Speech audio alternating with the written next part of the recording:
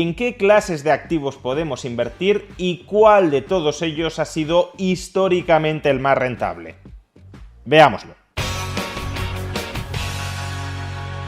En el vídeo anterior, dentro de esta serie de educación financiera apadrinada por la plataforma Trade Republic, explicamos que utilizar sostenidamente la fuerza del interés compuesto es fundamental para construir un amplio patrimonio personal a largo plazo.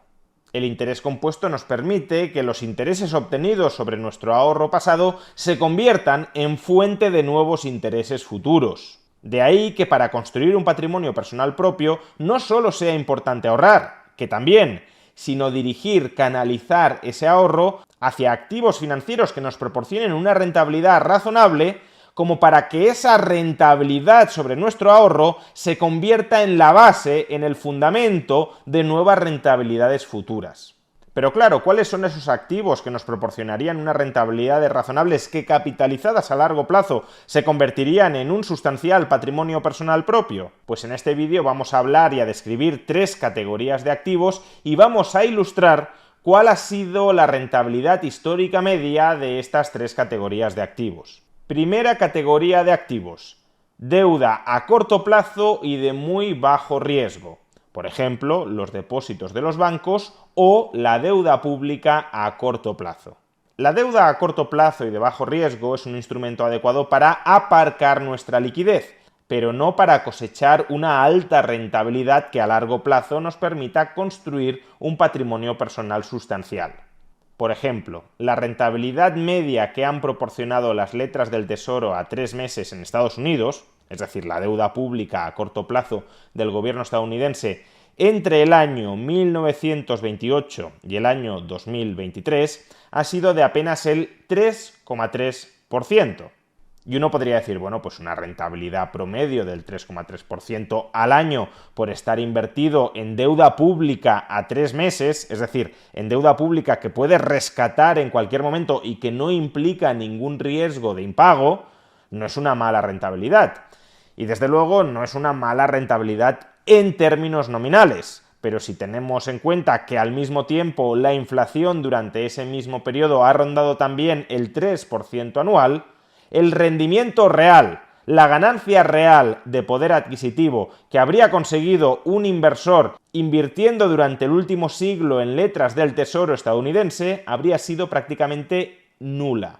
En este gráfico representamos el patrimonio acumulado de un inversor que en el año 1927 hubiese invertido $100 en letras del Tesoro estadounidense y que a partir de ese momento se hubiese limitado a reinvertir en letras del Tesoro estadounidense el principal y los intereses de su inversión inicial. Y como vemos, apenas tendría un patrimonio ya descontada la inflación, es decir, son dólares con poder adquisitivo constantes, perfectamente comparables en términos de poder adquisitivo en todos y cada uno de los años que aparecen en el gráfico, apenas tendría en el año 2023 un patrimonio de $126. En prácticamente un siglo de inversión, solo habría incrementado su patrimonio personal en un 26%. O dicho de otra manera, habría logrado una rentabilidad anual promedio después de inflación del 0,25%. Y ya os anticipo que no cabe esperar que este tipo de activos, la deuda a corto plazo y de muy bajo riesgo, proporcione nunca una rentabilidad sostenida muy alta. Y es que quien invierte en deuda a corto plazo y sin riesgo no está asumiendo prácticamente ningún coste de oportunidad personal, no tiene que aplazar prácticamente nada su gasto y no se está exponiendo a ningún riesgo. Por tanto, una alta rentabilidad por este tipo de activos sería un completo chollo que llevaría a que todo el mundo lo comprara masivamente y al comprarlo masivamente su rentabilidad bajaría. De ahí que, como decía hace un momento, las letras del Tesoro, los depósitos bancarios a corto plazo, sean instrumentos interesantes para aparcar la liquidez y no perder poder adquisitivo, pero no lo son en absoluto para construir un amplio patrimonio personal propio. Segundo tipo de activo, la renta fija a largo plazo y de riesgo medio alto, por ejemplo, bonos corporativos, deuda de una empresa que podemos adquirir para financiar las inversiones de esa empresa y que esa compañía nos tiene que reembolsar a vencimiento. En este caso ya se trata de un activo en el que para invertir en él ya tenemos que diferir nuestros planes de gasto más a largo plazo, porque se trata de un activo a largo plazo, y a su vez también estamos expuestos a un mayor riesgo, el riesgo de que la empresa que ha emitido esa deuda a largo plazo y de riesgo medio alto se declare, por ejemplo, en concurso de acreedores y no nos pueda devolver todo el dinero que le hemos prestado previamente. Pues bien, en este caso la rentabilidad anual promedio de la renta fija corporativa en Estados Unidos ha sido desde el año 1928 del 6,6% en términos nominales, una rentabilidad apreciablemente más alta que las de las letras del Tesoro estadounidense y que después de inflación ya arroja una rentabilidad bastante más interesante del 3,5% en términos reales. De esta manera, $100 invertidos en 1927 en renta fija corporativa y reinvirtiendo a partir de entonces el principal y los intereses que esta renta fija corporativa nos fuera proporcionando, se habrían transformado, como podemos ver en este gráfico, en 2.780 euros en el año 2023.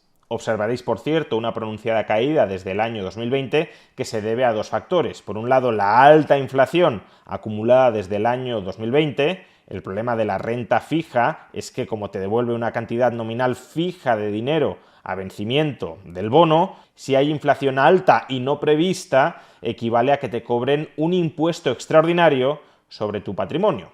Y el segundo motivo es la fuerte subida de tipos de interés que experimentamos en 2021, 2022 y 2023 y que se traduce en una caída del valor liquidativo de estos bonos a largo plazo. En todo caso, estamos hablando de una rentabilidad real, después de inflación, del 3,5% al año, desde el ejercicio 1928. Y una forma de invertir en bonos corporativos, por cierto, es a través de un ETF de bonos corporativos. Y precisamente la entidad que apadrina esta serie de vídeos de educación financiera, Trade Republic, ofrece en su plataforma, a través de su aplicación, la posibilidad de adquirir diversos tipos de ETFs de bonos corporativos. Así que si queréis obtener más información sobre la plataforma de Trade Republic, podéis consultar el link que aparece en la caja de descripción de este vídeo. Y el tercer tipo de activo al que voy a referirme es la renta variable, es decir, la bolsa. Las acciones de una empresa son formalmente pasivo no exigible, es decir, aportaciones dinerarias que la empresa nunca tiene por qué reintegrarnos, salvo que ella quiera hacer una devolución del capital. A diferencia de lo que sucede con la renta fija, las acciones de una empresa son formalmente pasivo no exigible, es decir, no existe ninguna obligación de la empresa a reintegrarnos las aportaciones dinerarias que hemos efectuado al adquirir una porción de su capital social. Además, el accionista es el último en cobrar. Solo después de que la empresa haya pagado a todos sus acreedores, por ejemplo, a sus trabajadores, o por ejemplo, a quienes hayan invertido en un bono corporativo emitido en esa empresa, solo después de pagar a todos sus acreedores, si queda dinero, si sigue habiendo beneficios, el accionista es remunerado. Por tanto, el riesgo que comporta una acción es mayor al que implica un bono emitido por esa misma empresa, porque el accionista cobra después, si cobra, del bonista. Por tanto, invertir en acciones es invertir en un activo a más largo plazo y con más riesgo que un bono, pero a la vez tenemos la contrapartida favorable de que la rentabilidad de la acción no está limitada de antemano. Al comprar un bono, pactamos con la empresa que nos pague regularmente un tipo de interés fijo. En cambio, al comprar una acción, tenemos derecho a un porcentaje determinado de los beneficios que genere la empresa. Y si esa empresa genera muchísimos beneficios en el futuro, recibiremos una porción de esos beneficios enormes. Y cuanto más elevados sean esos beneficios, mayor será la remuneración que obtendremos. No hay un límite determinado ex ante a la rentabilidad que podemos lograr invirtiendo en acciones de una determinada compañía. Y en este sentido, la rentabilidad promedio de invertir en la bolsa estadounidense, en el Standard & Poor's 500, desde el año 1928 ha sido, en términos nominales, del 9,8%, lo que significa que después de tener en cuenta la inflación, es decir, la rentabilidad real de invertir en bolsa en el Standard & Poor's 500 desde el año 1928 ha sido del 6,5%. Hace un rato hemos dicho que la rentabilidad real de invertir en renta fija corporativa estadounidense ha sido del 3,5% anual desde el año 1928. Y ahora estamos viendo que la rentabilidad real de invertir en acciones estadounidenses desde ese mismo año ha sido del 6,5%. Aparentemente la diferencia no es muy grande, apenas 3 puntos más de rentabilidad al año. Pero 3 puntos de rentabilidad adicionales cada año a largo plazo constituyen una diferencia brutal en términos de acumulación patrimonial, y la constituyen precisamente por el enorme poder que a largo plazo tiene el interés compuesto. Fijaos en el gráfico.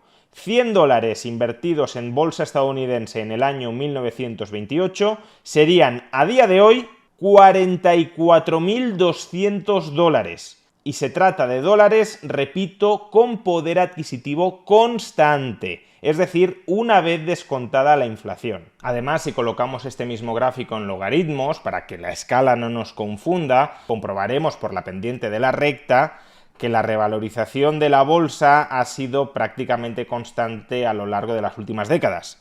No es que se trate de que haya habido una década muy buena y todas las restantes hayan sido muy malas, y la media histórica sea aceptable porque esa década muy buena contamine el promedio con las décadas malas. No, más o menos en todas las décadas la bolsa se va revalorizando. Hay algunos lustros peores, desde luego, pero a largo plazo la revalorización de la bolsa se aproxima a ese 6,5% que hemos mencionado antes. Y de nuevo, si uno quiere invertir en una amplia y diversificada selección de acciones, podéis hacerlo a través de un ETF de renta variable, como los diversos que podéis adquirir a través de la aplicación de la plataforma que apadrina esta serie de vídeos sobre educación financiera, Trade Republic. Así que si queréis obtener más información sobre la plataforma de Trade Republic, podéis consultar el link que aparece en la caja de descripción de este vídeo. Por tanto, invirtiendo en renta fija corporativa, nuestro patrimonio personal se habría multiplicado en términos reales por 28, pero invirtiendo en renta variable se habría multiplicado por 441, y todo únicamente por obtener 3 puntos más de rentabilidad en promedio anual desde el año 1928. Esa es la enorme potencia del interés compuesto que ya describimos en el vídeo anterior. Por consiguiente, invertir en los activos adecuados es fundamental para construir un sustancial patrimonio personal propio a largo plazo, pero también lo es invertir de manera progresiva, es decir, invertir efectuando aportaciones periódicas a nuestra cartera de activos. Y las razones por las que es tan importante invertir de este modo, a través de aportaciones periódicas, las expondremos con detalle en el siguiente vídeo dentro de esta serie financiera apadrinada por Trade Republic.